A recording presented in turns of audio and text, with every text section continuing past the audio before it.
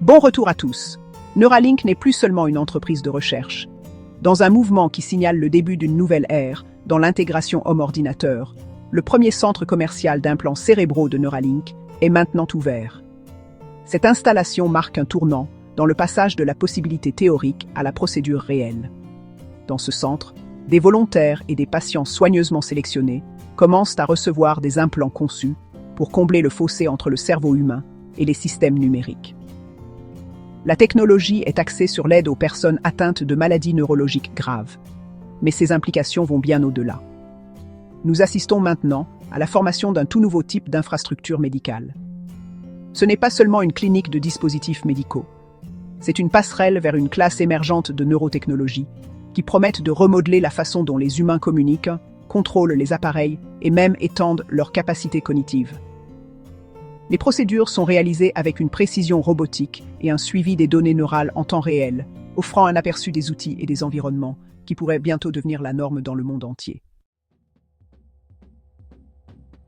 La procédure d'implantation cérébrale commerciale de Neuralink commence par une imagerie de précision et une cartographie du cerveau du patient. Des IRM avancés et des cartes d'activité neuronale aident les chirurgiens et les systèmes d'IA à identifier l'emplacement optimal pour l'implantation. Cela garantit que le minuscule dispositif est placé dans la région du cerveau la plus associée à la fonction ciblée, qu'il s'agisse du contrôle moteur, du traitement sensoriel ou de la formation de la mémoire. Avant le début de l'opération, chaque patient subit une évaluation détaillée pour confirmer son éligibilité et pour planifier une approche personnalisée. Cette phase de préparation est critique, car chaque cerveau est différent, et même une petite déviation peut affecter les résultats.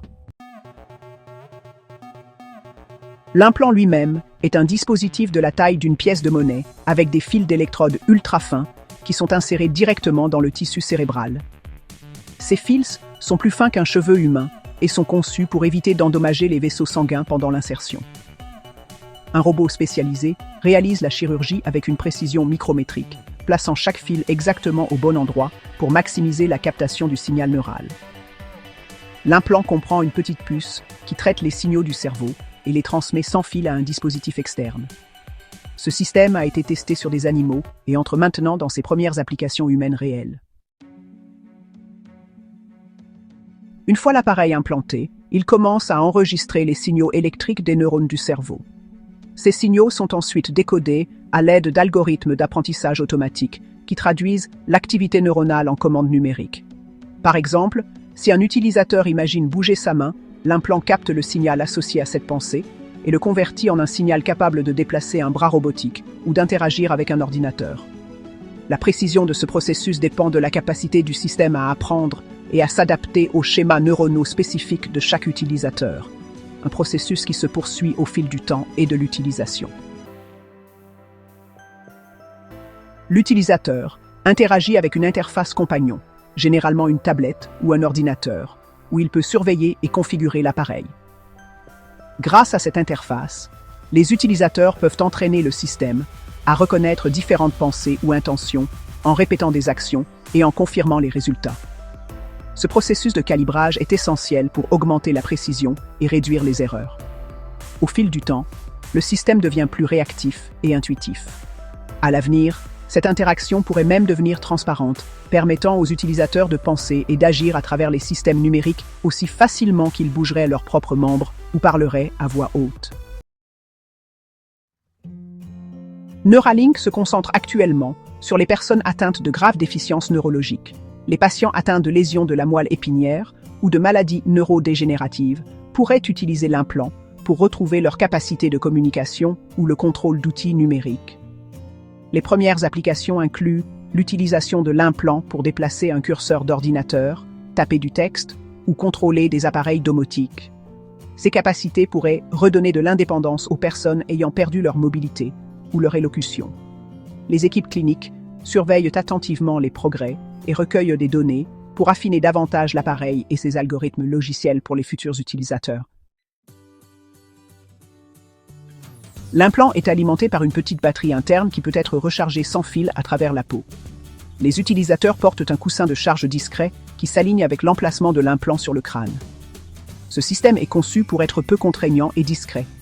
Des mises à jour logicielles régulières peuvent être livrés via une connexion sans fil sécurisé, garantissant que le système reste à jour et sûr.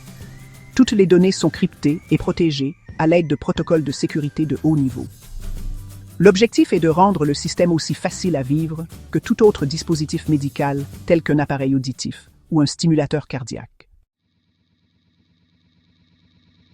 À mesure que la technologie évolue, Neuralink vise à s'étendre au-delà des applications médicales. Les futurs modèles pourraient améliorer la mémoire, faciliter l'apprentissage ou permettre aux gens d'interagir directement avec des systèmes d'intelligence artificielle. Pour l'instant, ces idées restent spéculatives, mais l'architecture matérielle de base est conçue pour être évolutive. Plus d'électrodes, des puces plus rapides et une couverture cérébrale plus large pourraient rendre possible des fonctions avancées. Cette feuille de route dépend fortement de la sécurité, de l'approbation réglementaire et de la confiance du public, qui doivent tous se développer grâce à des essais réussis dans le monde réel et à une communication transparente des résultats. Le centre fonctionne également comme un pôle de collecte de données, recueillant des informations sur les performances des utilisateurs et la fiabilité des appareils, et les réponses biologiques à l'implant. Les chercheurs utilisent ces données pour améliorer la conception de l'implant et les modèles d'interprétation logicielle. Plus les données recueillies auprès de divers utilisateurs sont nombreuses, meilleurs deviennent les algorithmes pour interpréter les signaux neuronaux. Cette boucle de rétroaction continue est au cœur du plan à long terme de Neuralink.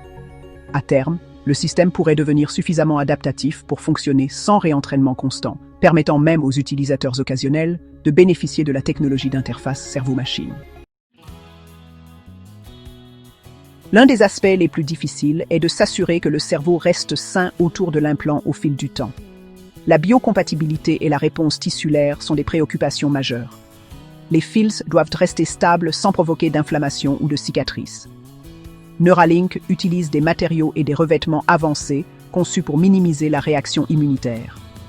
Des scanners cérébraux et des évaluations neurologiques continues suivent la santé du site d'implantation. Si des problèmes surviennent, le système est conçu pour un retrait ou un remplacement en toute sécurité. Ces mesures sont essentielles pour l'adoption généralisée de toute technologie implantée, en particulier celle conçue pour devenir une extension permanente de l'esprit humain. Une possibilité future est le développement de réseaux de communication de cerveau à cerveau, où deux individus ou plus, munis d'implants Neuralink, pourraient échanger des pensées ou des émotions directement, sans parler ni taper. Bien que ce concept puisse sembler lointain, les bases existent déjà dans la capacité à décoder les signaux neuronaux et à les transmettre numériquement. Les chercheurs imaginent des scénarios où des sentiments, des intentions ou des idées complexes pourraient être partagés instantanément via un lien sécurisé, contournant le langage traditionnel. Cela pourrait transformer l'éducation, la négociation ou la collaboration créative. Les défis éthiques seront importants, notamment en ce qui concerne le consentement, la vie privée et les limites de l'information. Mais le chemin technique devient chaque année plus réaliste. Un autre domaine d'expansion implique la liaison des implants Neuralink avec des systèmes d'intelligence artificielle qui peuvent aider aux fonctions cognitives. Les utilisateurs pourraient un jour accéder à la traduction en temps réel et à la récupération de mémoire ou à l'analyse prédictive en pensant à une question et en recevant une réponse en quelques instants. Ces assistants ne seraient pas des outils externes, mais intégrés directement dans le processus de pensée. Cela pourrait aider les utilisateurs à gérer des tâches complexes, prendre de meilleures décisions ou faire fonctionner des machines bien au-delà de la vitesse de réflexe humain. Avec le temps, une telle intégration pourrait conduire à une fusion de l'intuition humaine avec la précision de la machine, offrant une nouvelle forme d'intelligence non limitée par la seule biologie. Le centre commercial de Neuralink n'est pas conçu pour être un projet autonome. C'est un prototype destiné à être reproduit. Si le modèle actuel s'avère concluant et reçoit d'autres approbations réglementaires, des centres similaires pourraient voir le jour dans plusieurs pays au cours des prochaines années. La transition des chirurgies expérimentales à l'accès commercial signifie que nous sommes sur le point de voir les premiers utilisateurs d'interfaces neuronales à long terme dans la vie quotidienne. La façon dont ces premiers utilisateurs s'adapteront façonnera la politique, la recherche et la compréhension publique des interfaces implantées.